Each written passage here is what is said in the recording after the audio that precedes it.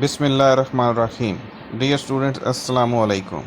Chapter number 9, lecture number 3, and the topic is rules for naming variable names. Rules for naming variables. In C language, we must know about the rules. What are the valid variable names? If you want to declare a variable, then you must know about the rules. The first rule is a variable name can consist of letters, digits, and the underscore character. As you know that special characters are not allowed, only underscore is allowed as valid variable name. आप बेटा underscore को treat कर सकते हैं as a character भी। जिस तरह characters में क्या है, कैपिटल ए से कैपिटल जेड तक, स्मॉल ए से स्मॉल जेड तक तमाम लेटर्स हैं। ठीक है, इस तरह डिजिट्स जो हैं 0 to 9 और उसके साथ अंडरस्कोर, इसके अलावा कुछ भी अलाउड नहीं है। क्लियर होगी बात। उसके साथ ये तो वैलिड मैंने आपको बता दिया कि ये जो है कैरेक्टर्स या ये कैरेक्टर सेट जो है ये वेरिएबल नेम्स में आ सकता है। The first character of the name must be a letter. जो फर्स्ट कैरेक्टर होगा वो लेटर होगा। ठीक है, वो कोई अल्फ़ाबेट होगा। क्लियर होगी बात। The underscore is also a legal first character but it is not recommended. Therefore 9 winner home hash home and 2K are invalid variables name. क्यों बेटा? क्योंकि ये कैरेक्टर से स्टार्ट हो रहे हैं। और अंडरस्कोर से भी आप वेरिएबल नेम स्टार्ट कर सकते हैं। अंडरस्कोर पाकिस्तान ये एक वैलिड वेरिएबल नेम है, लेकिन इसको रिकमेंड नहीं किया जाता कि आप अंडरस्कोर से ना चाहें। ये कन्वेंशन नहीं है कि आप अंडरस्कोर्स को वेरिएबल नेम पे यूज़ करें, लेकिन अगर आप यूज़ करते हैं तो कंपाइलर इस पर कोई एरर नहीं देगा। उसके बाद बेटा थर्ड इज़, इसको समझिएगा, C is a case sensitive language. Case sensitive language ये है कि जिसमें अगर आप कैपिटल लेटर्स में एक वर्ड लिखते हैं, उसी को स्मॉल लेटर्स में लिखते हैं तो वो डिफरेंट वर्ड बन जाता है। ठीक है, सी उसको 3 डिफरेंट वेरिएबल्स पे लेगी। फॉर एग्जांपल मैं यहाँ पर एक जो है वो वेरिएबल नेम लिखता हूँ मैक्स। ठीक है, एक वेरिएबल नेम है मैक्स। ठीक हो गया बेटा। दूसरा है स्मॉल में सारा। ठीक है बेटा। और तीसरा जो है वो MAX। देखें इसमें मैंने एक्स कैपिटल कर दिया।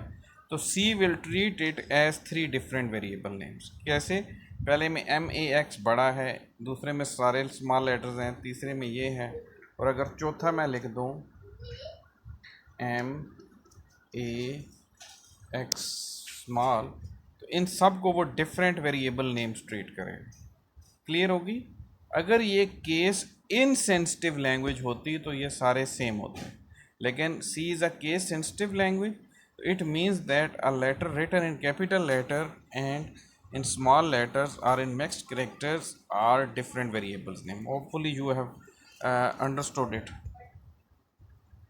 उसके बाद है C keyword can not be used, C keywords can not be used as variable name.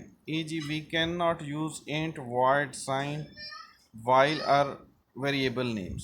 ठीक है, जो सी के कीवर्ड्स हैं उनको आप वेरिएबल नेम के तौर पे यूज़ नहीं कर सकते।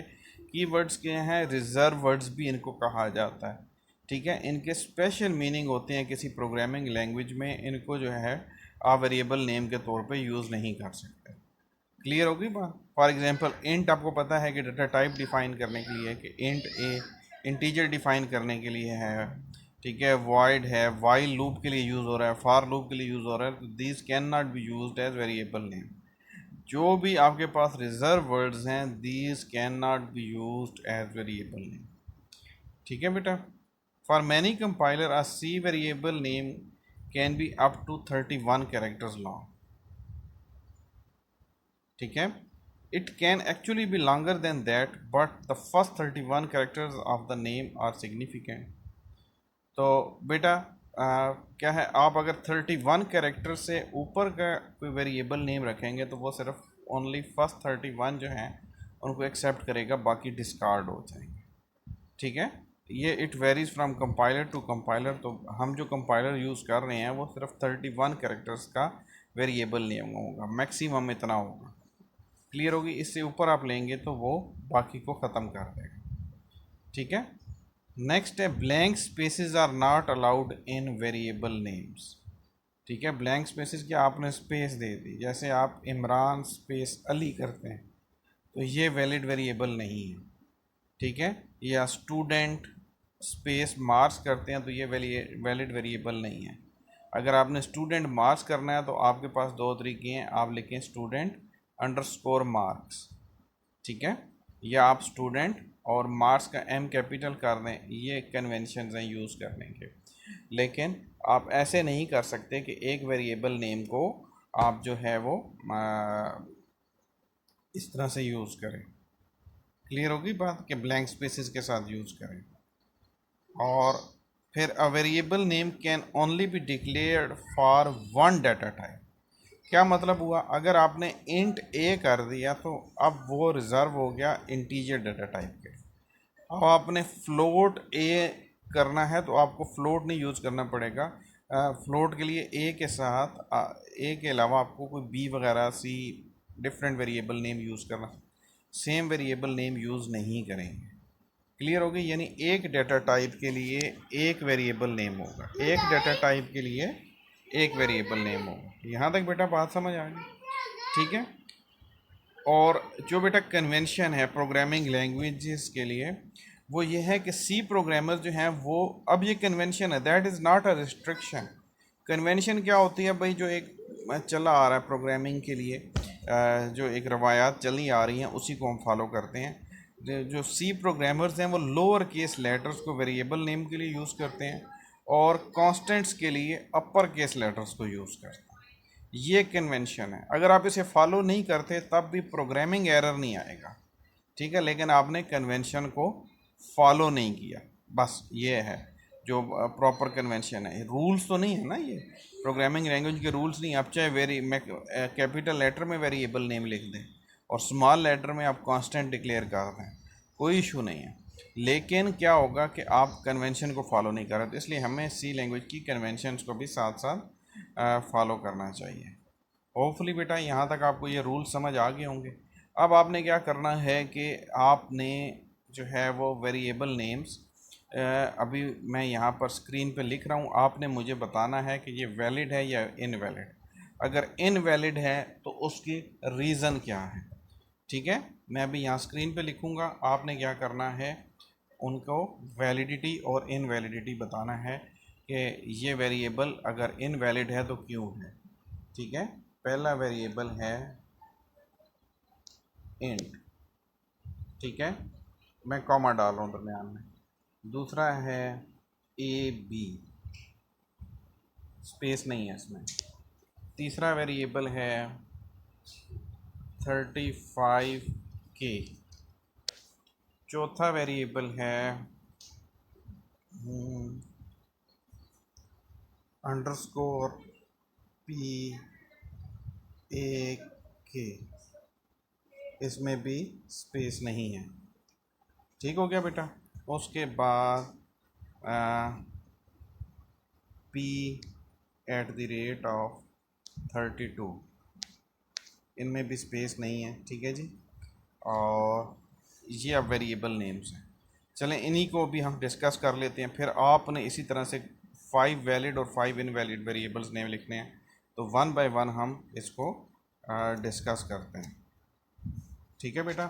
फर्स्ट है इंट ए। फर्स्ट जो वेरिएबल नेम है ये इंट है। इंट जो है वो इनवैलिड वेरिएबल नेम है। क्यों? ये रिजर्व वर्ड जो है, int is a reserve word. आप इसकी रीज़न लिखेंगे, पहले आप इंट, फिर आप लिखेंगे वैलिड या इनवैलिड के कॉलम में इसको इनवैलिड लिखेंगे और इसकी रीज़न लिखेंगे कि special characters can not be used as variable name, या आप लिखेंगे keywords can not be used as variable names. ठीक हो गया। तो ये मैं क्रॉस इस पर कर रहा हूँ कि ये इनवैलिड है। ए अंडरस्कोर बी बिल्कुल ठीक है, आप अंडरस्कोर भी यूज़ कर सकते हैं, कैरेक्टर्स भी यूज़ कर सकते हैं, तो ये क्या होगा, ये वैलिड है। ठीक है, इसके साथ आप वैलिड लिख देंगे। अब जब वैलिड की रीज़न नहीं देनी है आपने। फिर 35K है, तो बेटा variable name must start with N alphabet और विद एन अंडरस्कोर। तो ये जो है ना अल्फ़ाबेट से स्टार्ट हो रहा है, ना ही अंडरस्कोर से स्टार्ट हो रहा है। ये किससे स्टार्ट हो रहा है? ये सिर्फ 35K लिखा हुआ है, तो ये क्या होगा? ये भी इनवैलिड नेम है। और इसकी रीज़न क्या लिखेंगे कि variable name must start with N alphabet और अंडरस्कोर। अंडरस्कोर पाक अल्फ़ाबेट से स्टार्ट हो रहा है, तो वैलिड वेरिएबल नेम है। ठीक है, कोई इसमें इशू नहीं है, तो it is valid variable name. ठीक है जी। P@32, P@32 है ये। तो क्या होगा? इनवैलिड है और special characters can not be allowed as variable name. Special character है ना, एट द रेट का सिंबल, ये वाला सिंबल था, एट द रेट का सिंबल जो है स्पेशल कैरेक्टर है, तो इसलिए ये भी इनवैलिड है। इसको मैं क्रॉस कर रहा हूँ। होपफुली अब आपको समझ आ गई होगी। पेपर में ये क्वेश्चन आ जाता है कि वैलिड और इनवैलिड वेरिएबल्स को लिखिए। ठीक है बेटा, thank you, so nice of you. अल्लाह हाफिज़।